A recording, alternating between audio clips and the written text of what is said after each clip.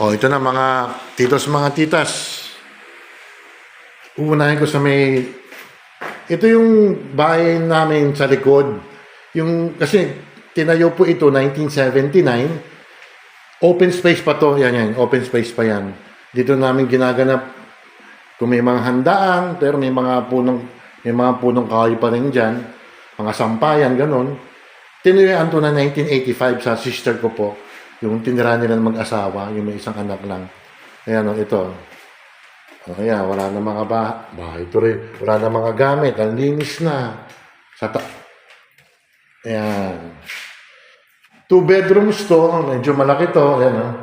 Dito tumira yung sister ko. Pinarepair pa naman namin to yung 2022. Ayan o, bagong pintura. Kasi naglagay ng aircon dito. Ayan o.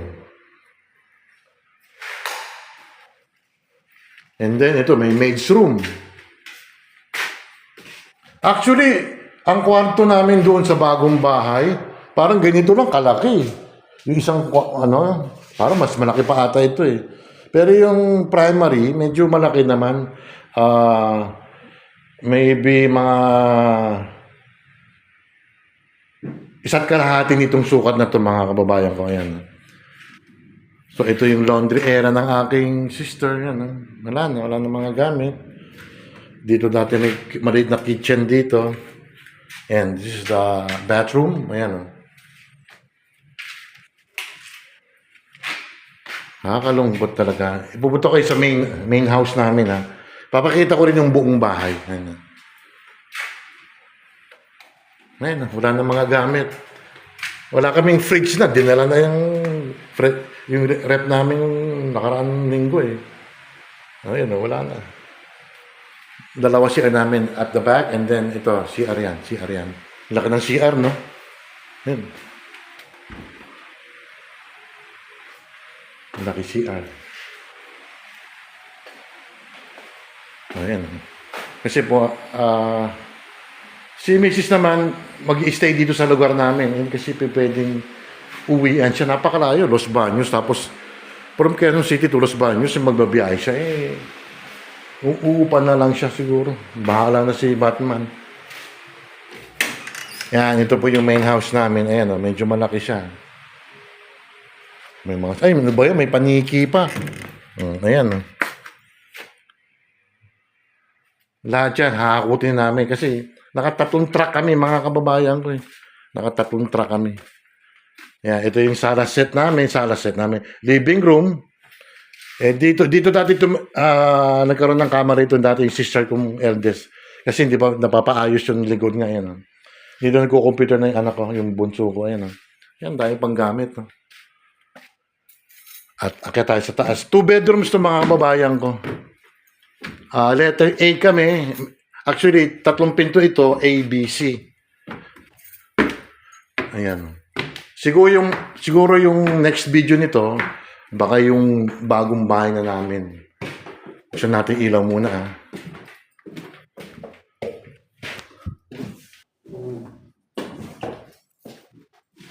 Ito ang ito yung kwarto na medyo malaki. Yan.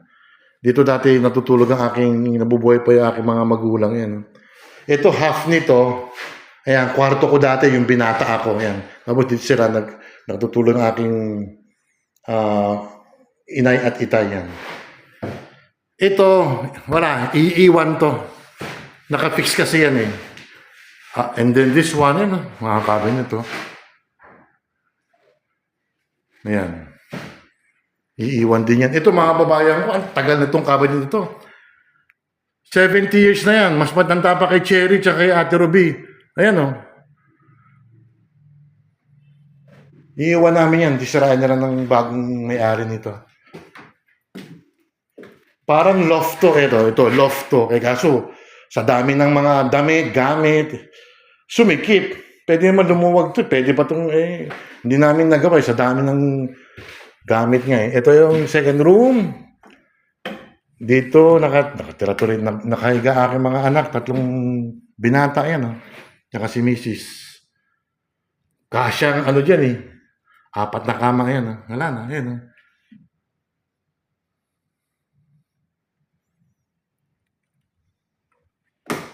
Kalungkot, no? Papakita ko sa inyo yung labas, ha. Medyo ginagawa na yung ibang pinto, nire-renovate eh. Ayan to, meron pang parang pasilyo rito.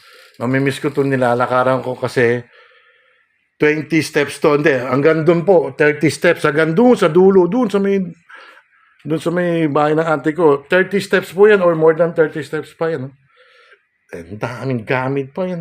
Sige, yan. Itong aming garahe. Itong gate na to, pinagawa pa ng tatay ko to. Kasi yung bago-bago yung bahay namin, abay, pinasok to ng magnanakaw. Ginawa yung sapatos ko tsaka yung maong ko. Kaya, this gate is more than 40 years na, mga kababayan ko. Lalabas na tayo, ha. Ayan, ayan, dami pang... Ito, ibibigay ko na lang to sa kawang gawa. Wala eh. Ilang araw na lang, 2 days na lang yun. Mga damit. Ito na mga kababayan ko. Ito na yung lilisanin kong bahay. May garage sale pa. Ayan. So, ito ang aming bahay, letter A. Ayan, inaayos na ng bago may-ari. Magagandahin. Mapera kasi nakabili ata yan. Kaya, paalam na bahay. Hanggang sa muli, hindi natin alam kung kailan ako makakabalik dito. O yung ano naman, next video to is yung bagong bahay na namin na unti-unting pinapaayos. Yung iba ayos na. Nakabit na yung mga aircon. Ayan na. Hanggang sa muli. Barangay Central. I'll be back. Ayan na ma'am, good morning po. Good afternoon, good evening. Papunta na kami sa bahay po namin. Hinatid, tumingin ka naman. Ano? Hindi yung Bahay mo? bahay ni Perdi po. Hindi, bahay namin. Ayan, shortcut po kami. Sa UP po ito. Ayan, University of the Philippines, Erie. Magbabayad ka lang ng sticker na. Ayan, sticker po. Ayan, yan. Mamaya, tutur ko po kayo. Hindi mamaya. Basta, ididikit ko na lang yung ano. So, dire-diretso na yan hanggang dito. Ang ganda pa na shortcut, no? Erie to, Erie. Ayan. Nagbayad lang po kami ng 600 kada taon. Ayan, sticker na yan. New hope, new beginning, mga kababayan ko. Ika nga. Ganun talaga eh. Sige, mamaya, kukunan ko yung Actually, hindi man bago yung bahay namin. Refurb ba? Refurb. Yun lang. Bye. Muna. Eto na po. Good morning, good afternoon, good evening. Eto na po, mga titos, mga titas, mga kababayan ko. Nasa bagong bahay na kami, mga kababayan ko. Ayan, mga punong kahoy. Actually, malaki ang backyard nito. Napakakalat lang kasi ang dami naming gamit. Ayan. Ito na po ang bahay. Ayan. Hindi lang Nabili namin to, yung second cousin ni Catherine, ni Mrs. Ayan, tingnan nyo yung yung mga gamit. Sobrang dami namin gamit talaga. Nakatatlong hakot po kami. 2 malaking truck po and then the last trip, yung pangatlong hakot. Medyo maliit na lang pero ang dami para namin gamit. Ayan. Ito na aming bahay. 3 kwarto po ito. No, I'm sorry. It's 4 bedrooms. Isa sa baba. Hindi ko pwede pakita lang kasi napaka-kalat pa. 4 bedrooms and 3 bath. Toilet and bath. Ayan. Ang kalat, mga kababayan ko. Tahimik dito. Konting ingay. Mga bata. Ito yung backyard, mga babayan ko. Makalat pa rin. Pasensya na. Yung unang gabi ng Sabado ng gabi, ako'y namamahay. Sabi ni Cherry, masasanay din ako. Ayan. Ayan ang backyard namin. Napakalayo. Ayan. Ito pa mga gamit, mga kababayan ko. Ayan. Ayan. Yung Sabado ng hapon, naglaba kami. Naipon, mga damit ng mga bata. Yan ang backyard. Ibig sabihin ako'y nagbabalik na. Pero hindi pa rin siguro kasi dito sa Laguna, paputol-putol yung internet eh. Ayun, no? Di ba malawak? Kung may pera lang ako, pwede kong patayan pa ito ng malaking parang bahay ng ate ko para masolo niya yung eh. Ayan. Puno ng abukado. May mga sili. Mga tambak pa yan. May kalamansi ron doon. May kalamansi ron. Ayan. Iikot ako ha. Huwag na muna yung loob. Tsaka na lang. Basta imagine nyo nasa baba. Ayan yun. Ayan kwarto yan. Yan ng ate ko. Yung split type na aircon hindi nakabit. Dahil may diferensya. Ayos naman. Kaya lang may kakargahan pa ng pre yun. Ayan mga sinampay. Ayan, iikot ako. Ayan, napaikot to eh. Maputik lang. Ayan, ito yung gilid ng bahay ulit. Ayan.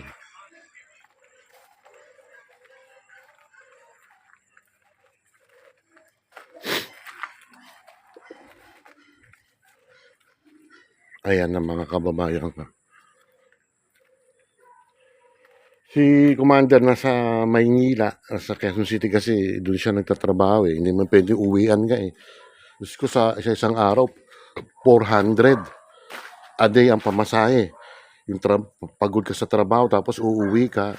Weekend siya uuwi. Depende kung may holiday. Nandito isang anak ko. Ang nandito, ate ko, yaya niya. Panganay ko nandito at saka yung bunso ko. Ayan. Guardia pa rin ako. Ito ang puno ng durian. Ayan, yan. Durian yan, durian.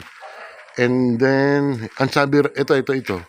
Bulak po. Ayan, yan. Bulak daw yan.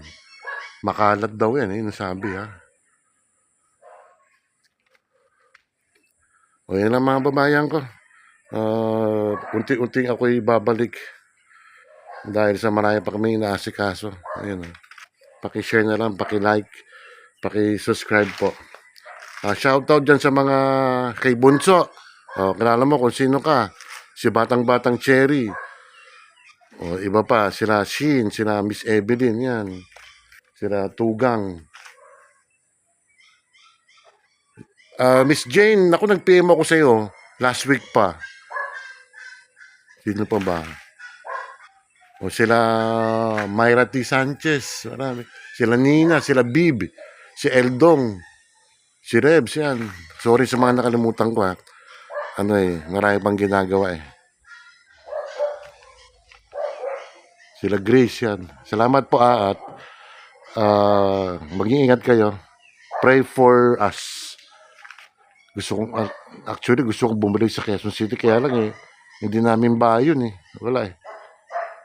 Bye!